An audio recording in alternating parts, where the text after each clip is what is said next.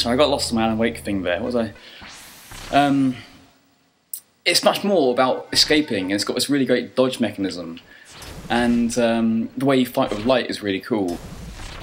It's about staying alive so much as being a badass, and to be honest, if you're playing it in such a way that you're trying to be a badass, so that is available. Like, there are lots of cool ways of killing, but I think it's best played on a really hard difficulty level, which is what I'm going to do next, where it'll be much more about just trying to get from safe point to safe point and staying alive, like a writer lost in the woods would. And actually, once you accept that it's not got that level of Resident Evil / Dead Space kind of physical, whatever. Once you understand how he does control, Alan Wake that is, then it's fine. Control's absolutely fine. The environments are amazing, like the woods. I don't know, I just love that game now. I'm really looking forward to the DLC that's coming out, Alan Wake's American Nightmare, which apparently is going to be quite unlike any other DLC. It might be much more of a standalone game, and it's got an arcade mode like Resident Evil 4 had actually, as well as the typical Alan Wake gameplay. And hopefully if that does well, there'll be a sequel. So, moral of the story, Alan Wake, fucking amazing. End of story. Oh what? I was lining up a sweet hit there.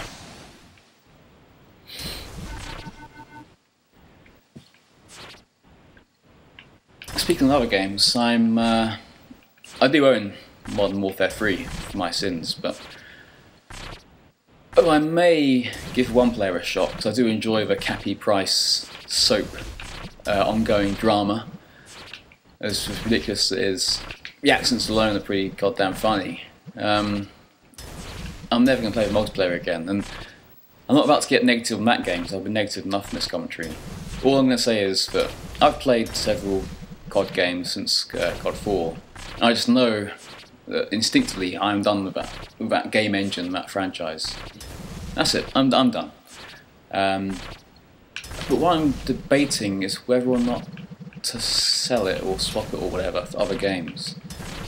I mean, I don't normally do that sort of thing anymore. When I was younger, the whole thing was once a new console came out, you would sell the old one to fund buying a new one. But since I think one of my biggest regrets in life, definitely in my top 3, is selling my Sega Saturn collection to buy a Dreamcast, when I sold it way before Dreamcast even came out. Even though it was my favourite console and I have an amazing collection of games. So I'm sort of, even though I've got no love for Modern Warfare 3, no attachment to it whatsoever, I just don't sell games anymore.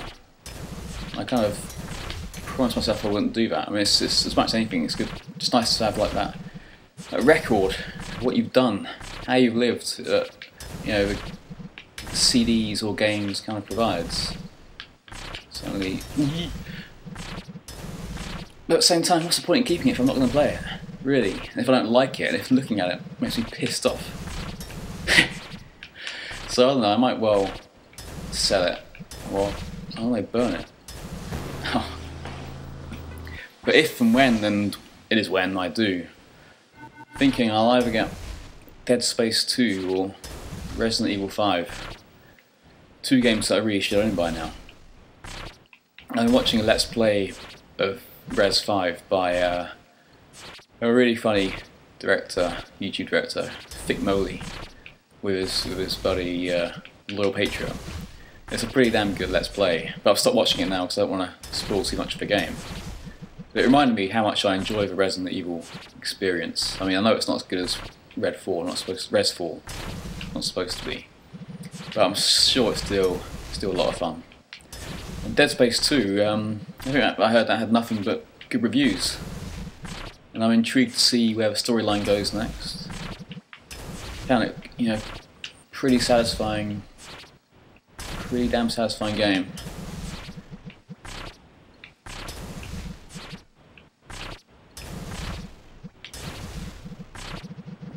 They're quite cheap anyway, so it's not as if I need to sell more COD 3 to fund buying said games. It's more a moral, ethical question, what I'm going to do with Mod 3. What do you do with a problem like Mod 3? what you do is you commit to never buying a Call of Duty game again. But I'm sure this time next year I'll be there bitching about the latest one. Ooh, whoa, whoa.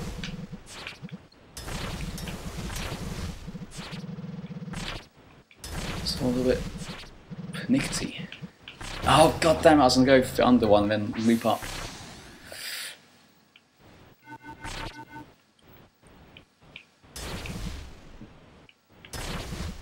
That's certainly what I'm meant to be. It's absolutely freezing in England at the moment. I'm sure that's not helping actually, having cold little fingers. Can it be a coincidence that I got my high score in the height of summer? No. It's a summer game. For summery people. I was actually listening to the Alan Wake soundtrack yesterday when I started playing well again. And I'll tell you what, that's got one hell of a soundtrack. Not just the professional, or what do you call it, the licensed music that it uses, but also the score. It's just phenomenal, and it's really good style of like incidental music to have in the background that's distracting, but not too distracting.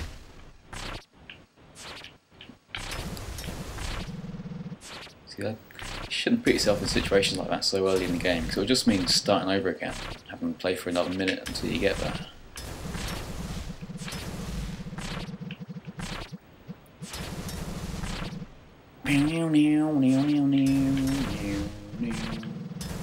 Anyone who's played Alan Wake, I won't spoil it, but the music that comes on after the first episode, even the first time round when I played it, I didn't really appreciate it so much. When I heard that, I was like, oh my shit, this is a hell of a game. I don't know why I didn't keep that in mind when I played the rest of it, because that's one of my favourite moments in gaming, well, for a long time. So cool. At that point, it was doing everything I wanted to do as a game. It ticked all my boxes, drew several more, ticked those as well.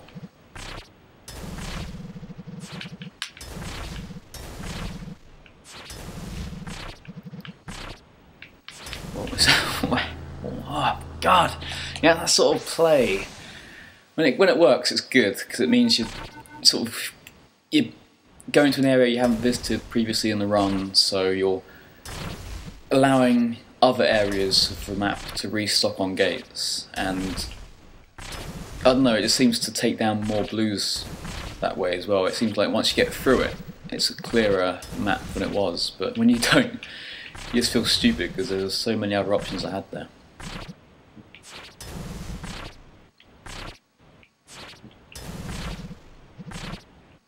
Dead Space is actually one of the games I think it's probably one I've come nearest to getting all the achievements on. And actually the two I haven't done really aren't that hard. One is completing it on hard difficulty, which I'm sure will be difficulter, if that's a word, which I'm well aware isn't. But I've played it on normal, and that really was far too easy. But I do enjoy tearing through the enemies like you can on normal with the chainsaw. So I've just never really gotten around to playing on hard.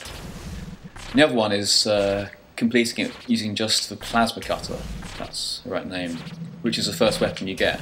That's actually, I think, going to be a really easy achievement, because the plasma cutter is easily the best weapon in the game once you've upgraded it enough. So, and that you can do it in any difficulty as well. Whoop, fuck! Oh man, there's nothing like that for sheer luck masquerading as some kind of skill. Nah, that was all skill. So yeah, I've got all but 2 achievements. Pretty sweet. I think the other one I've come closest to is Super Street Fighter, back when I was in my real Street Fighter playing groove. A groove I'd very much like to get back into, but that's not going to happen until I'm done with Geometry Wars. Oh.